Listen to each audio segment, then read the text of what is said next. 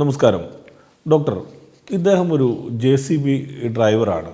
അപ്പോൾ 8 വർഷമായി JCB ഓടിക്കുന്ന ആളാണെന്നാണ് പറയുന്നത്. വിവാഹം കഴിച്ചിട്ടില്ല, കഴിക്കാനുള്ള തയ്യാറെടുപ്പുകളിലൊക്കെയാണ്. അദ്ദേഹത്തോട് ആരെല്ലാമൊക്കെ പറഞ്ഞു ഈ JCB ഓടിക്കുമ്പോൾ വളരെ ജെർക്കിംഗ് ഉള്ളൊരു ഉണ്ടാവുമല്ലോ.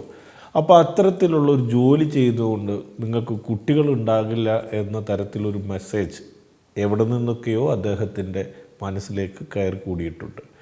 അപ്പോൾ ആ ഒരു ഭയം അദ്ദേഹത്തെ വല്ലാതെ അലട്ടുന്നുണ്ട്.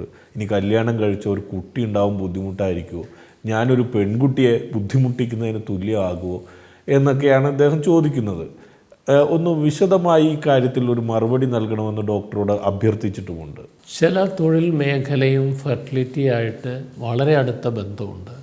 ഉദാഹരണത്തിന് കൂടുതൽ റേഡിയേഷൻ അനുഭവപ്പെടേണ്ടി വരുന്ന സാഹചര്യങ്ങളിൽ വർക്ക് ചെയ്യുന്ന ആൾക്കാർക്ക് ഇൻഫെർട്ടിലിറ്റി ഉണ്ടാവാനുള്ള ചാൻസ് കൂടുതലാണ്. ഡയറക്റ്റ് റേഡിയേഷൻ അടിക്കുന്ന ആൾക്കാർക്ക്. ഒരു JCB ഓടിക്കുമ്പോൾ കുറച്ച് ജർക്കിംഗ് ഉണ്ടാവുന്നു എന്നുള്ളതിനപ്പുറത്ത് വലിയ പ്രശ്നങ്ങളുണ്ടെന്ന് തോന്നുന്നില്ല. പിന്നെ ആൾക്കാർ പറയുന്നത് ചൂട്.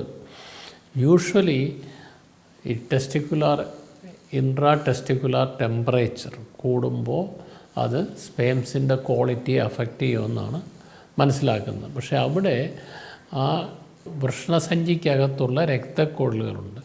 ആ രക്തക്കൊഴലുകൾക്കകത്ത് ബ്ലഡ് കെട്ടിക്കിടക്കുമ്പോൾ ആ രക്തക്കൊഴലുകൾ വീർത്ത് കിടക്കുകയും അതിൻ്റെ ഫലമായിട്ട് ടെസ്റ്റിക്കുലാർ ടെമ്പറേച്ചർ അവിടെ കൂടാം.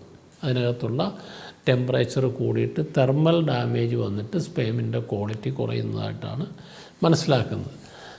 പിന്നെ ഒരു JCB ഓടിച്ചത് കൊണ്ടും അതിൽ ചെറിയ ചൂട് വന്നതുകൊണ്ടും ഇങ്ങനെ ഒരു ഫെർട്ടിലിറ്റി പ്രോബ്ലം ഉണ്ടാകും എന്ന് പറയാൻ മാത്രമുള്ള തെളിവുകളൊന്നും ലഭ്യമല്ല.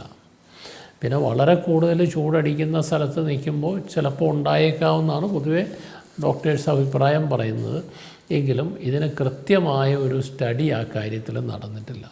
അതുകൊണ്ട് JCB ഓടിച്ചത് കൊണ്ട് ഇങ്ങനെയൊരു പ്രശ്നം ഉണ്ടാകുമെന്ന നിഗമനത്തിലെത്താനായിട്ട് കഴിയില്ല.